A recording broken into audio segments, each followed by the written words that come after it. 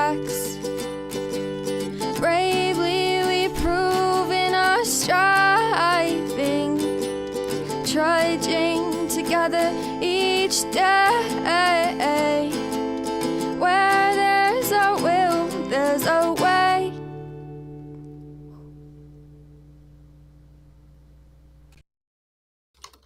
Welcome back. One day you'll hear my opinion. Something that came from me. Oh man, one day, and I'm starting to get this system down too, and that's kind of nice. So now I got reels. Substack's been really good for me. Substack's been working out really, really well. So thank you, Substack, for helping me out. Some people are watching the clips. It's not really leading them anywhere yet, though. That's part of the problem. Like if I go here, I guess I do have a few more subscribers. They don't tell me when people are subscribing, I don't think. Nope. Huh. I guess I do have about 10 more subscribers. Okay. I guess it is working. Yeah. All right. So I think it was 7 more. Not a huge number, but you know. All right. Chapter 6. There it is. All right.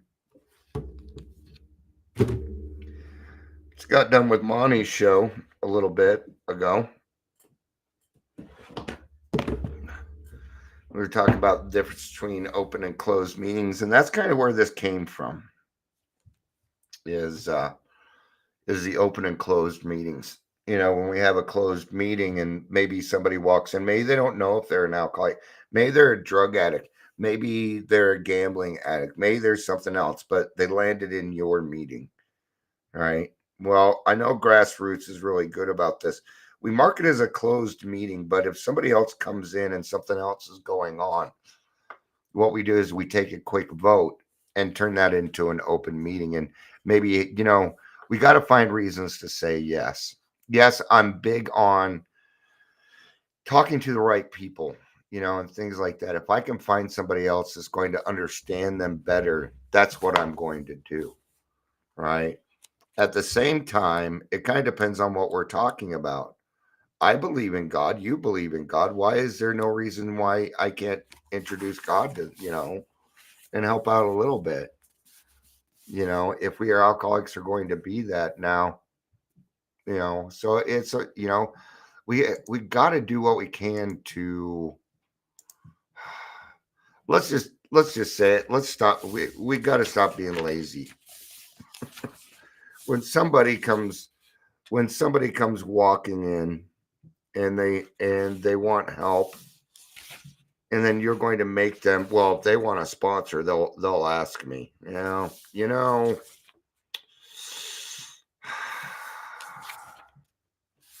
that's not how I'm going to work it. That's not how I'm going to work it. Yes, I'm looking for something at the same time here. I'm not finding it, but it's somewhere in here. Anyway, let's do some introductions. Let me chat real quick. Hello, Amber. Good to see you. Welcome to the Daily Trudge. My name is Dion. Yeah, I'm Dion. I almost finished like I'm in an AA meeting here or something.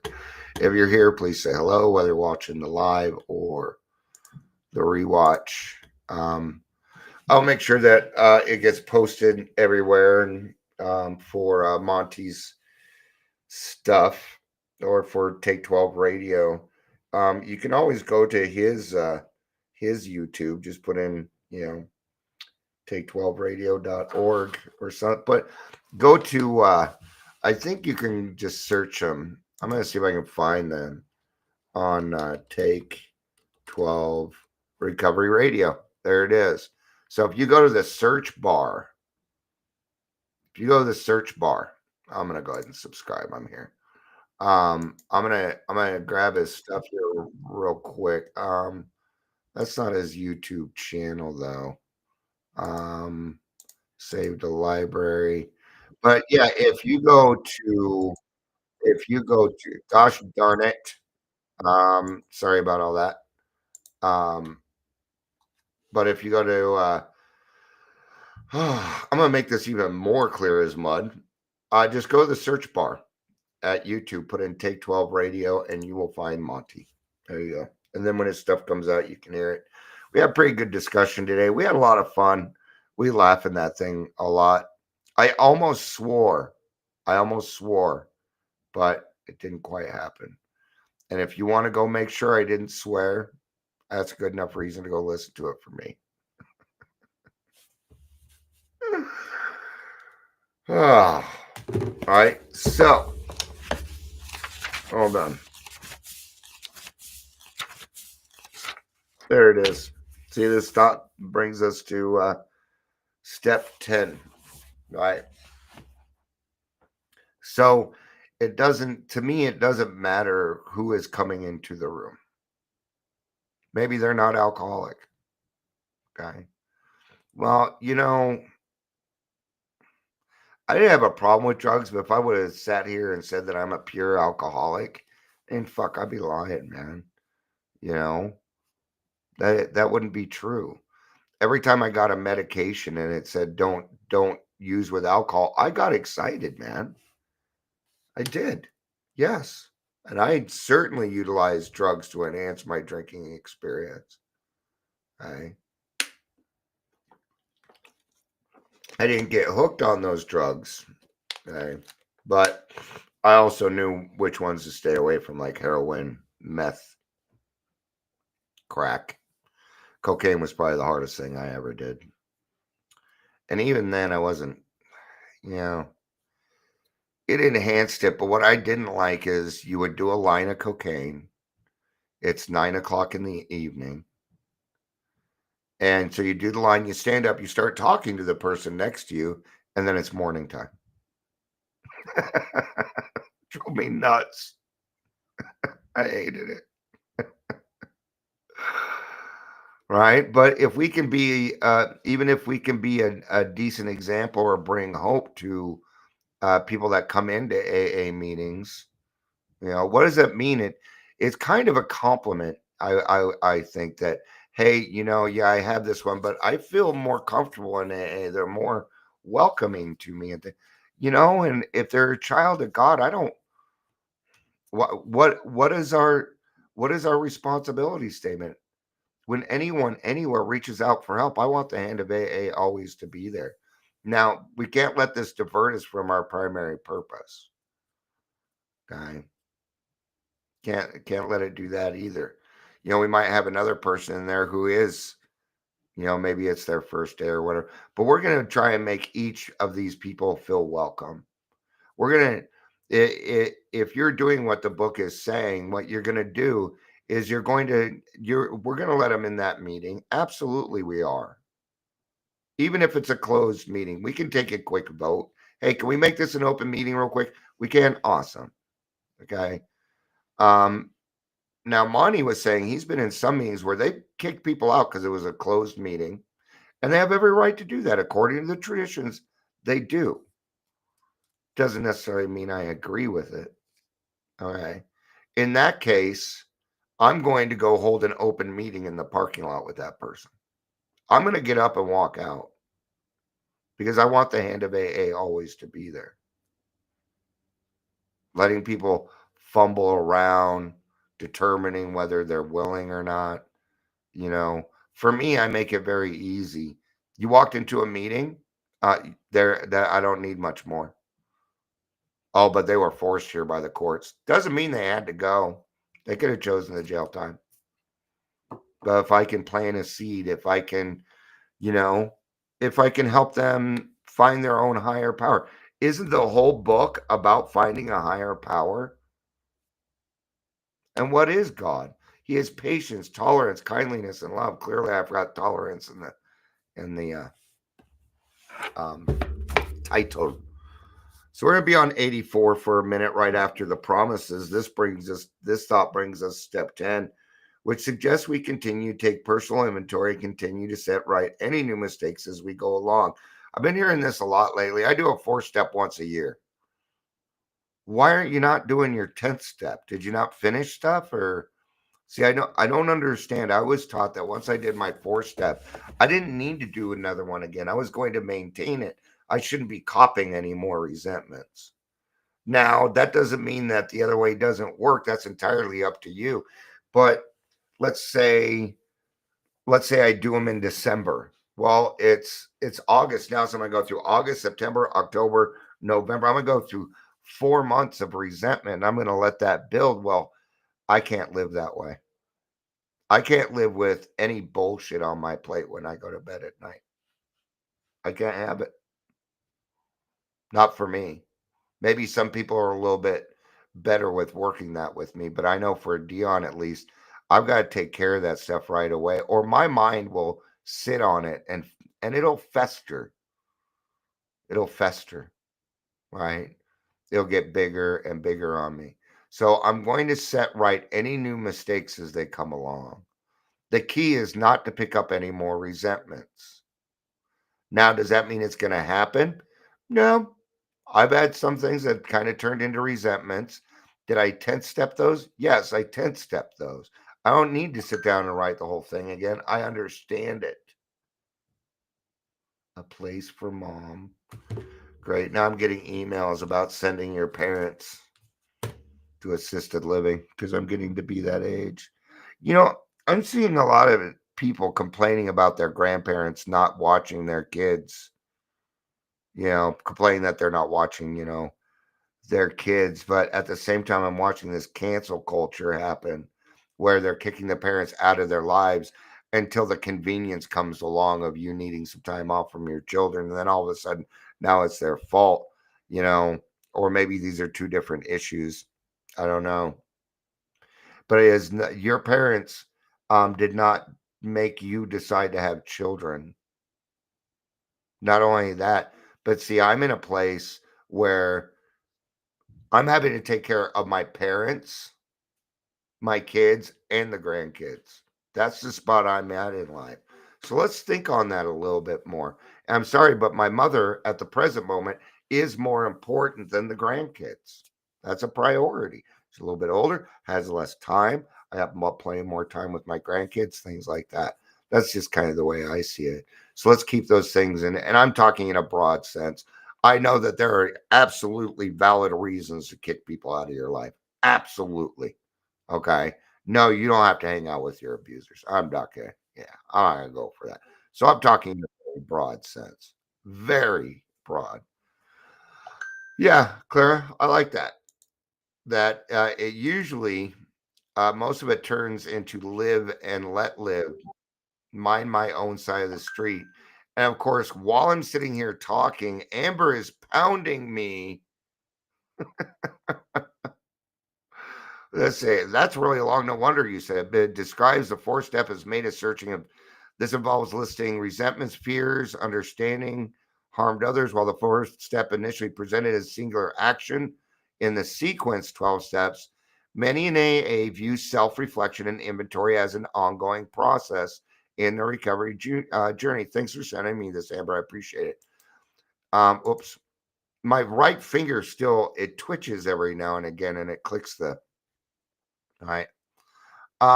This doesn't necessarily mean repeating the entire 4-step is exactly as initially done. Instead, the principles of the 4 steps, self-awareness, honesty, and recognizing behavioral patterns are ingrained through continual personal reflection. This is often done alongside the daily practice of the 10th step.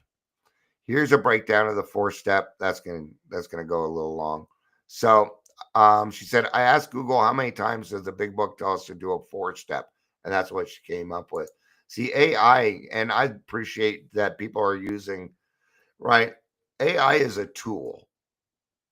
Beyond that, don't use it for laziness, but you can use it for certain things. Thank you for that, Amber. I appreciated that. I can see why you didn't put it in chat because it'd be way too long.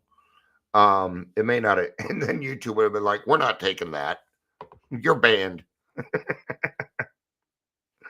We vigorously commence this way of living as we cleaned up the past. What does vigorously mean? We always think we know what shit means, but we don't know what it means. Definition of vigorously.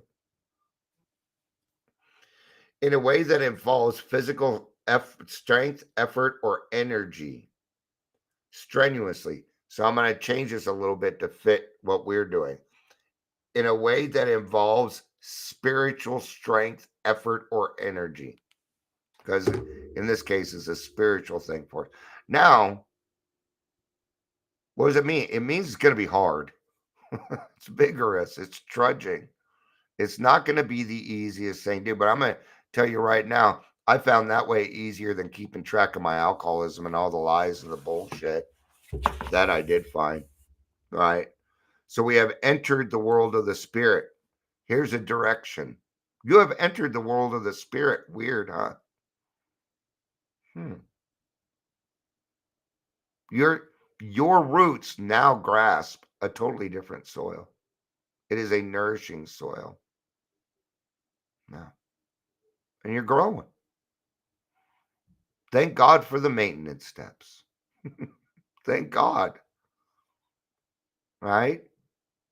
Because without that continue, because what I did is I cleaned up the past and it became of infinite value to me, right? Well, if I wanted to, now I need to represent that. I need to show the action. I need to be a good leader. And I found the best way for Dion is by doing it by example. Wow. You know, so we have entered the world of the spirit. Woohoo! Good job. You may not even know. Do you see life differently? Huh? Are you doing what Clarissa was talking about earlier? Do you allow people to live and let live?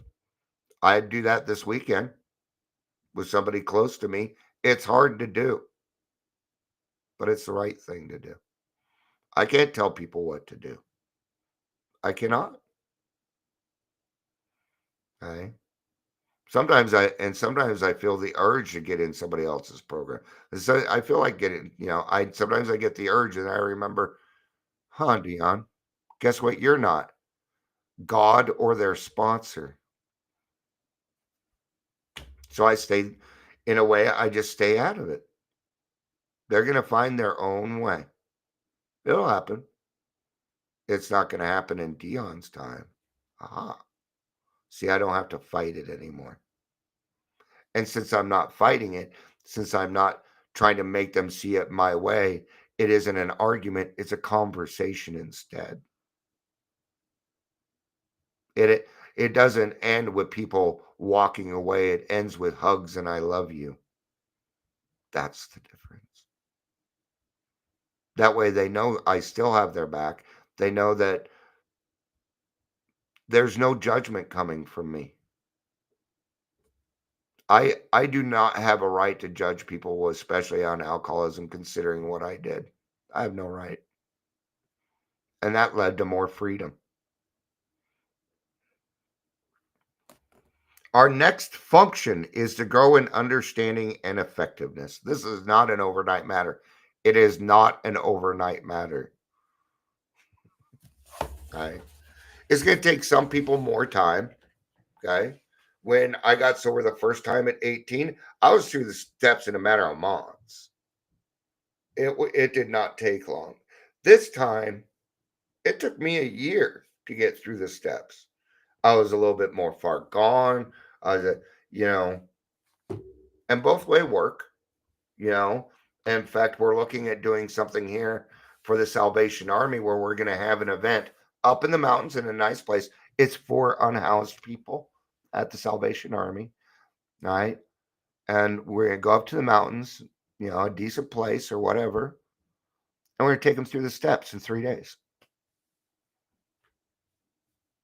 It works. Why not get them going? Why not? Now, if they want to come back to it with a sponsor and get more in depth and stuff like that, yeah, then let's do it.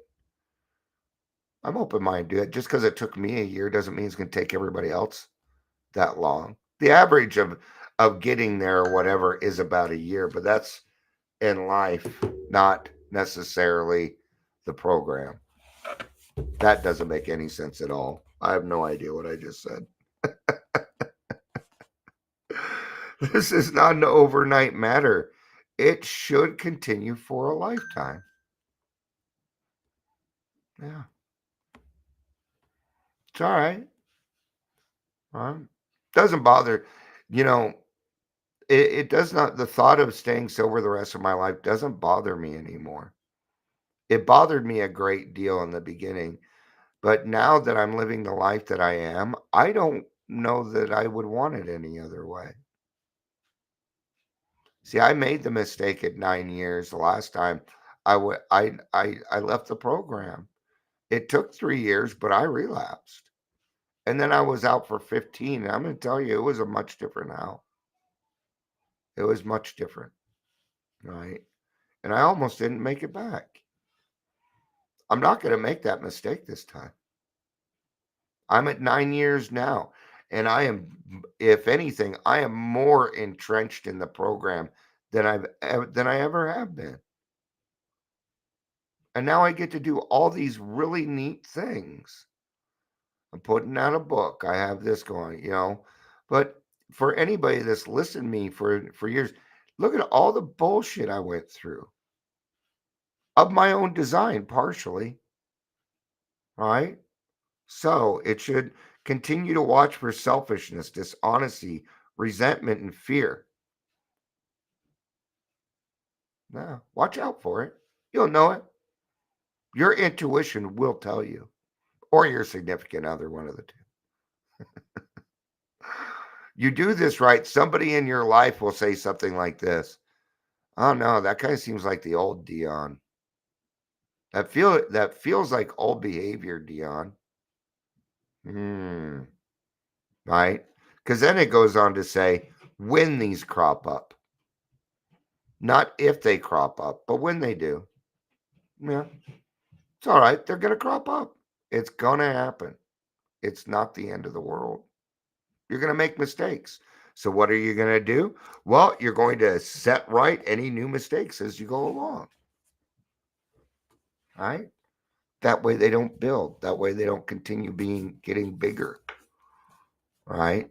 Sometimes, like there's kind of one person in my life, I'm having to 10 step them every other day. But we're getting there. Amber would know about that because I've been 10 stepping with her on that one. Right? I don't put all my 10 stepping on one person. I've got a group of people. Depends on the situation and whether they understand it best. And it isn't about an agreement. It's about why am I feeling this way? Why, because I don't want to feel this way about this person, but it kind of tends to get to me. And it has a lot to do with I keep covering their butt because they sign up to chair, they don't show up, and then I do it, and I haven't gotten one thank you. Not, hey, well, I'll take yours if you take mine. There's no. Now I see the problem. See, when you start to talk about, I don't feel a reciprocation. And in this case, this is my relationships are a give and take basis. They don't have to be selfish. I'll give, I'll take, but they are on give and take basis. I will love you unconditionally. I'll love you for who you are. I can do that. Right? But there's still reasonable expectations. Right? See, when somebody does that to me, I start to feel used. And I feel the same way you do when I feel used. I don't want to. Right? All right. So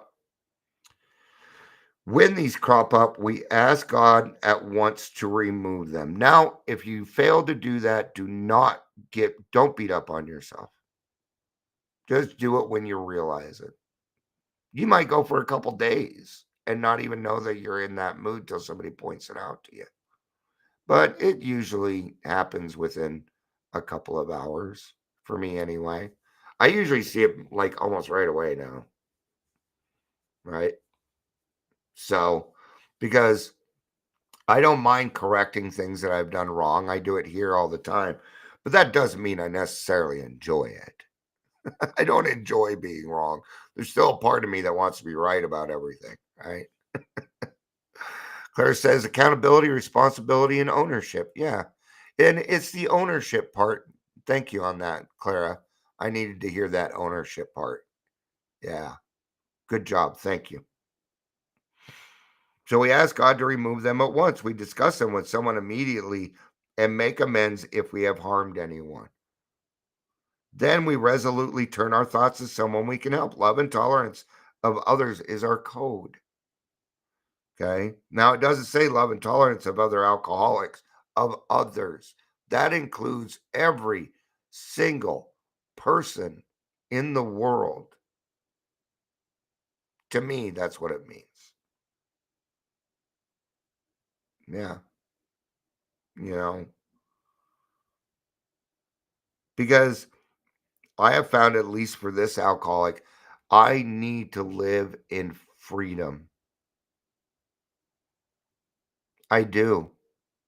If I feel required to, that's why we operate. That's why you hear alcoholics say all the time, now I get to. And we take it that way so that we don't get defiant about it. And that's okay. Claire Joyce says home groups are good for that. Absolutely, they are. Get a home group, show up often so that when you don't, people will be like, where the fuck are you? Where have you been? And they're not going to say it like that. I might. I might say it that way.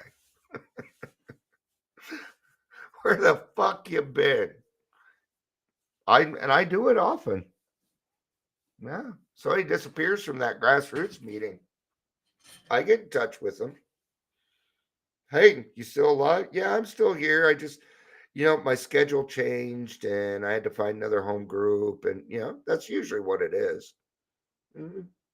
But then that person's like, oh, man. Well, now I feel like even more of a part of. So now I'm going to go to my home group and I'm going to be in a better mood because the people of my old home group, they were going out of their way. You ever had somebody show up at your house to check up on you? All right. When you went out and had a slip and shit? Oh, man, it blows their fucking minds. All right. You mean you didn't come over here? You came over to see how I was doing, and that's all you care about? Yeah. It'll move fucking mountains for you. All right, now here comes some really good stuff. There's some really good stuff. I like this part. This next part. We'll end with this. And we have cease fighting anything or anyone, even alcohol. Stop the fighting. I've really been working on, because I did this, but I noticed it kind of came back. And for the last month in therapy, well, I have been literally the number one priority for Dion right now is his anger and fighting and his need to be right and his fighting and stuff, right? Because what did I say? This alcoholic needs freedom. Amber says coffee and a hug. That's it. Coffee and a hug. That's what we are. When somebody is down, bringing them a beverage does something to the psyche. That's why we alcohol. See, hot drinks are comfort. Right? So I bring you a coffee. Well, how do you like it? Which way do you prefer it? See, you're going out of your way. You're holding space for them. It's good stuff. We didn't get to do that stuff before. It was all get out of my fucking way. I need to order my booze. All right. I didn't give people room. I didn't do that kind of stuff at the bar. It was you were in my fucking way. Are you gonna order? You gonna order? All right. There's no seat there. You can't stand at the bar right there. That's where we order. You need to get out of the way. Did you do that stuff at the bar? No. Yeah, offer them a hot beverage. Absolutely. Want some tea? You prefer tea or coffee? Yeah, they may want it cold. Yeah. All right. So we've received sighting. For by this time, sanity will have returned. That's what a recovered alcoholic is. It just means sanity is returned. And you know, isn't it the coolest fucking thing that we go from being a hopeless, helpless, chronic in the ditch, fucking piece of shit alcoholic to being a restored member of society? Those are big extremes, man. Then, then you get to start saving other people's lives because you decided to face your snakes. Because you decided not to fight or be angry anymore. That was a decision on your part, and it has power. The first decision you make in the morning is not to go to the liquor store, and you go to God instead. And that decision right there has sway over the whole fucking day, man. You don't even know you're making the choice. Okay. But the liquor store, still an option. It's just not an option you want anymore. There it is. We will seldom be interested in liquor. It doesn't say it's never going to happen. Every now and then, like Stella Artois has been popping up all over the place. I'm like, oh, scroll past that one. It was the only beer I appreciated the taste for. But every now and then I'll see somebody on TV drinking and I'll be like, oh, a drink sounds good. All right. Amber, you're hilarious because that's exactly who I was thinking of Sheldon's too. I was thinking Sheldon too. That's exactly what I was thinking of. We will seldom be interested in liquor. Well, she ain't wrong. She ain't wrong. But they even got down to different types of drinks depending on what mood they were in. So it's pretty interesting. If tempted, we recoil from it from a hot flame. I don't. Well, then it says we react sanely and normally. Recoiling as from a hot flame is not normal or sane. Not in my book. That's a reaction to alcohol. That's a reaction to alcohol to me. Right. So I don't recoil from it from a hot flame. It's more along the lines of no thanks. No thanks. Mm-mm. I already know what's going to happen. Oh, actually, I don't know what's going to happen, and that's kind of the problem. Nobody will know what's going to happen if I drink. Uh-uh. Thanks, but no thanks. It will find this has happened automatically. It's because you just don't want it anymore. You have a better life now. Your life has been replaced by much better things, much more suitable for you. What did Amber say at the beginning of this? God wants us to be happy, joyous, and free. And I want it for you too. Even if I don't like you, I want it for you. I do. I believe people can change. I did. So I must always kind of have that I believe that people can change. All right. We will see our new attitude toward liquor has been given us without any thought or effort on our part. It just comes. That is the miracle of it.